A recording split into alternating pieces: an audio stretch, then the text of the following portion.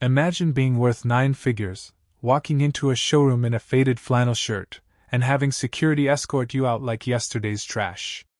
That's exactly what happened to 78-year-old Harold Grayson, until the dealership's cameras caught something that left the entire staff speechless. Stick with me for the next 100 minutes. By the end, you'll never judge a book by its cover again. The automatic doors of Apex Luxury Motors hissed open and Harold Grayson shuffled inside, the rubber tip of his cane tapping the marble like a metronome. Sunlight poured through the glass ceiling, glinting off rows of obsidian black sedans that cost more than most houses.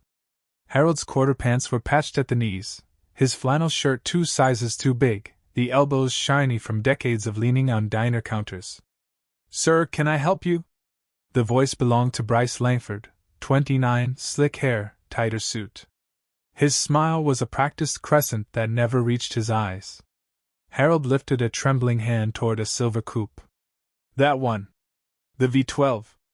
Mind if I sit?" Bryce's gaze flicked to the security guard loitering by the espresso bar. "Sir, this isn't a museum. If you're not a serious buyer—" "I am," Harold said softly. "Cash." Bryce's laugh was a single bark. "Cash? Sir, the base price is $420,000. Perhaps try the used lot across the street." Harold's shoulders curved inward, the way they do when the world reminds you you're old and invisible. He turned, cane tapping slower now, each step echoing like a countdown. The guard's meaty hand settled on his elbow. "Let's go, Pops." Outside, the October wind knifed through Harold's thin shirt. He stood on the curb, watching his reflection in the tinted glass, stooped, gray, forgettable. A tear threatened, but he blinked it back. 78 years of swallowing pride had taught him how. Across the street, a little girl in a wheelchair watched from the window of a beat-up minivan. Her mother was arguing with a tow truck driver over an unpaid parking ticket. Harold recognized the look, bone-tired, one crisis away from breaking. He knew it because he'd worn it for decades before the money came. He reached into his pocket, pulled out a crumpled business card, and dialed a number he hadn't called in years. "Grayson Holdings, this is Marlene." The voice was crisp, familiar, the executive assistant who'd been with him since Netscape was new. "Marlene, it's me." Harold's voice cracked. "I need the jet fueled. And tell accounting to liquidate the Series A bonds. All of them." A pause. "Harold, that's $200 million. I know what it is." He glanced at the dealership's glowing sign. "Tell them to meet me at Apex Motors in 30 minutes. And bring the notary." He hung up, then crossed the street to the minivan. The little girl's eyes were saucer-wide behind thick glasses. "Hi, sweetheart. What's your name?" "Lily," she whispered. Harold crouched, knees popping. "Lily, would you like to see something shiny?" Her mother started to protest, but Harold's smile, warm, grandfatherly, stopped her. He opened the minivan door and lifted Lily into his arms as gently as if she were made of blown glass. Her legs dangled uselessly, braced in pink plastic. Inside the dealership, Bryce was mid-pitch to a rapper in a mink coat when the doors burst open again. This time, Harold wasn't alone. 6 men in Brioni suits marched in, briefcases gleaming. Behind them, 2 assistants wheeled in a stainless steel cart stacked with vacuum-sealed bricks of $100 bills, each bundle stamped $100,000. The rapper's jaw dropped. Bryce's face drained of color. Harold set Lily in the driver's seat of the silver coupe. Her tiny hands gripped the leather wheel. "Sir," Bryce stammered. Harold didn't look at him. "Keys." One of the suits produced a key fob shaped like a diamond. The car chirped awake. "Mr. Grayson," Bryce squeaked. "We had no idea." Harold finally met his eyes. "You didn't ask." He turned to the room. Everyone, listen close. Today, Apex Motors is under new management. Effective immediately, every employee keeps their job, but the culture changes. Starting now. Gasps rippled. The rapper started filming on his phone. Harold lifted Lily so the cameras could see. "This little girl is getting the first car off the lot. modified for her needs. Free. And every quarter, one child in this city with mobility challenges gets the same. Funded by the profits you'll make treating every customer like they might own the place. Bryce opened his mouth, closed it. Harold leaned in. You're promoted to general manager, Bryce. Your first task, apologize to every person you've ever judged by their clothes. Start with me. Bryce's knees buckled. I'm so sorry, sir. Harold clapped his shoulder. Learn from it.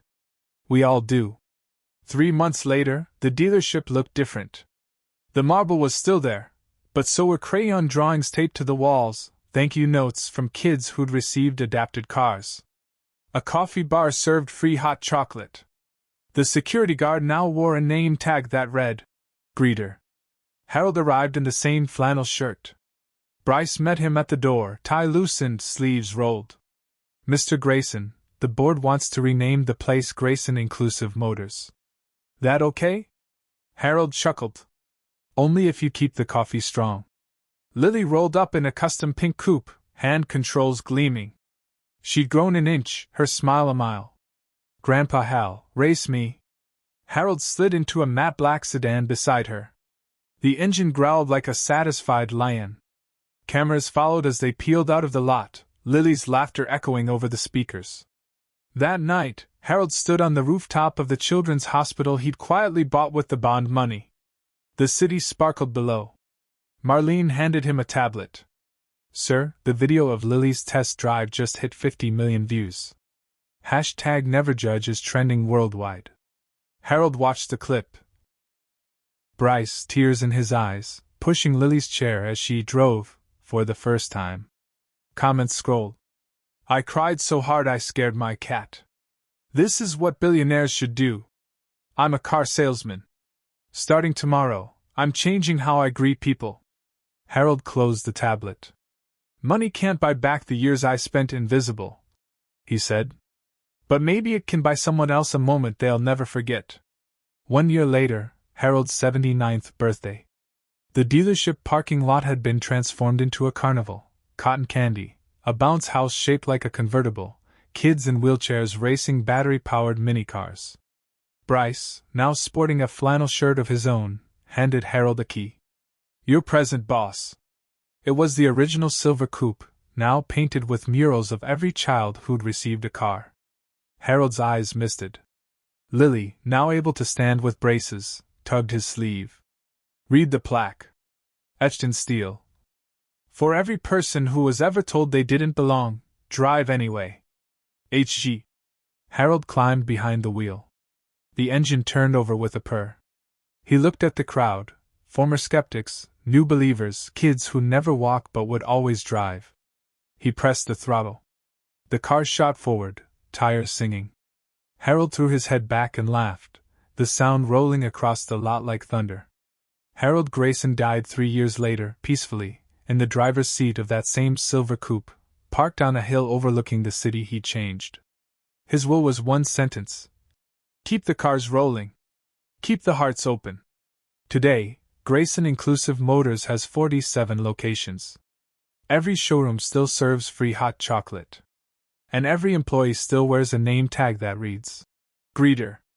So the next time you see someone in patched clothes, remember, they might just own the place. Drop your own story of being judged below. I read everyone. And if this moved you, share it. Someone out there needs to hear they belong. See you in the comments. Drive kind.